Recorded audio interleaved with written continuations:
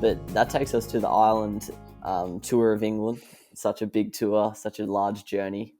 What did you think of this series? You watched probably a bit more of this than the Test match. Actually, I was probably similar as well. But what did you think of this series? Were you impressed with Ireland, or do you think they just won one game just because England was playing like their B team? Well, obviously the time zone made it so we could only really watch probably half of the first innings, maybe a bit more than half.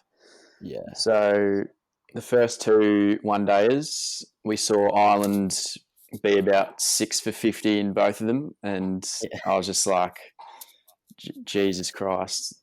This is a waste of time.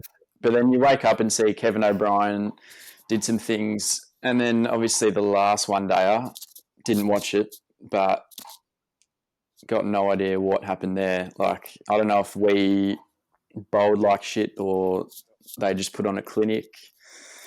But that was definitely a shock waking up to that. Yeah, I know. That took me by like a pretty big surprise as well. I won't lie, even though they really struggled, especially early on in the innings, Yeah. I didn't mind the Ireland team. I think they've got a few pretty good players. They were clearly out of their depth though. But it has to be said, coming back from lockdown, I think both teams deserve a bit of like slack. You can't really expect them to just come out and start playing like World Cup form once again. But for me, the man who impressed me the most, man of the series, I did my votes for this series as well. He won my player of the series as well, is David Willey. Yeah. Had an absolute blinder of a series. Obviously helped by the fact that their top order was very fragile, but he took 8 wickets at an average of 18. And how many runs with the shtick? How many runs he made?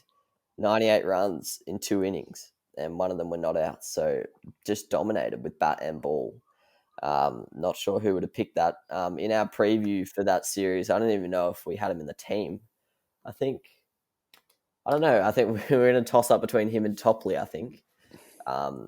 But yeah, that's pretty outrageous that he's staked his claim that strongly. There is a vacant spot in that World Cup team, isn't there? Because Plunkett, if I'm not mistaken, he was in that lineup, wasn't he, for the World Cup? Yeah, and Archer as well. Oh, yeah. So I think I don't actually know. I think Plunkett might have retired from. I'm not 100% sure, but they were talking about it throughout the series. So if there's a bowling spot open, basically, well, Willie's just gone and snatched that with both hands. None of the England quicks really impressed that much. Topley only got the one game, only took 1 wicket. Saqib Mood, he took 4 wickets in 3 games, but he was really blown out of the water by David Willey. I have to say, I do agree with what KP was saying. I don't know if you heard it in one of I think it was the first ODI, or it might have been the second one. He was just saying it's the stupidest idea to rest players after they've had a 5-month break because of lockdown. And I have to say, it is very true. Especially I understand they want to day. give everyone a crack. Yeah, I understand they want to give everyone a crack, but he was saying like Tom Curran being rested is like the stupidest thing. Curran only play 1 match? He played 2. Oh, okay. He actually didn't do very well. Yeah, I was very disappointed with Curran. Yeah, economy rate is 6 and a wicket, only 1 wicket. I think he is suited. I know this sounds weird, but I actually think he's suited against better teams because they'll try and attack him more, especially at the back end of innings. They'll try and be going at 10s and 12s and over. Where Ireland were pretty happy to go at like 6s, which I don't think suited his bowling style that much. But yeah, David Willey, man of the hour. I have to say, obviously, it's not really much of a shock. He's a quality player, but Adil Rashid, he really starred with the ball. 5 wickets, economy rate of 4. So really impressive stuff from him. The Ireland players just had no idea at some points with him, and he really took control of the games in the middle periods. Moeen Ali didn't take a single wicket, so maybe similar to Tom Curran, he needs people to attack him, maybe. But yeah, probably not ideal for his hopes to stay in this one-day team. I know he's a bit of a legend, but he didn't have the greatest series either. He had He only batted once, actually, which was pretty stiff for him, and he only made 3. So he could be getting shipped off out of that team for maybe Liam Dawson or something, which is not ideal news for Moeen Ali. In terms of the Ireland side, they had quite a few players impress me. Curtis Campher, it was his first ever series for Ireland. He made 127 in 2 innings, one not out as well. He made 250s. And then with the ball, he took 5 wickets in 21 overs, strike rate of 25. So although he was batting very low, so a lot of the times he had like plenty of time to bat, he did very well. He's a young guy who came over from South Africa, I think. They were telling a story apparently in county cricket. He was versing Niall O'Brien, Kevin's brother, and Niall was batting, and Curtis Campher walked up to him and said, "By the way, I'm eligible to play for Ireland if you want to pick me," which is a pretty strange tactic. Maybe I'll try that tactic for Scotland. I'll find some Scottish cricketer, just let him know. But yeah.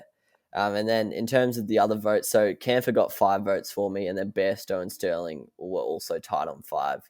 They both scored hundreds, opening the batting in their respective games. So yeah, pretty big win for Ireland though. Although they lost the series to win an ODI against a somewhat full-strength England team. Doesn't happen every day. As I think I put it on my Instagram story, the last time England lost to a team that was ranked outside the top 10, I think it was early 2018 against Scotland. So doesn't happen too often though. So very impressive for Ireland, promising stuff. But yeah, any last words on this little one-day series? I can't lie, it wasn't that important, but anything else you want to say? Yeah, I'll just say congrats on Ireland for that clinic in the last one day. Took everyone by surprise. I must admit, I went to sleep and we were going at like 7.5 and over with plenty of wickets in hand, and then we didn't even make 350. So big collapse must have happened after Morgan got out. But yeah, Ireland deserved it. Wait, did I say Bairstow scored 100? Yeah, I think so. I think he scored 80, didn't he? Yeah, he scored 82, sorry. Yeah, my bad. Owen Morgan was the only Centurion. In terms of our predictions, I just remember we did predictions. I think we both said Bairstow top run scorer. He was 4th behind Morgan, Billings. Oh, I didn't mention Billings, but has to be said he did pretty well, but he was kind of coming in junk time. So Morgan, Billings, Willie, and then Bairstow in at 4th, so we're pretty far off there. Top wickets, I once again don't really know who we said. I think we both said Tom Curran. Yeah, I said Curran, yeah. Who was tied 4th behind Willie, Rashid, and Mahmood. So 2 really good predictions there from Pilch and Cork.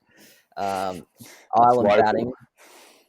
batting, I think you said Balburney and I said Kevin O'Brien. Balburney was 2nd behind Sterling, and O'Brien was 6th. So some really good, some more really good predictions.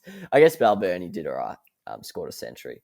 And then Ireland bowling, geez, I don't know if we either made a prediction here. I said Shah. I don't think he took a single wicket. No, Simi Singh. Yeah, sorry, Singh. No wickets. He only bowled 5 overs, so you're robbed there. I won't lie, I don't know who I said. I think I said Boyd Rankin, and he didn't even play. So pretty good from us. We are insightful men.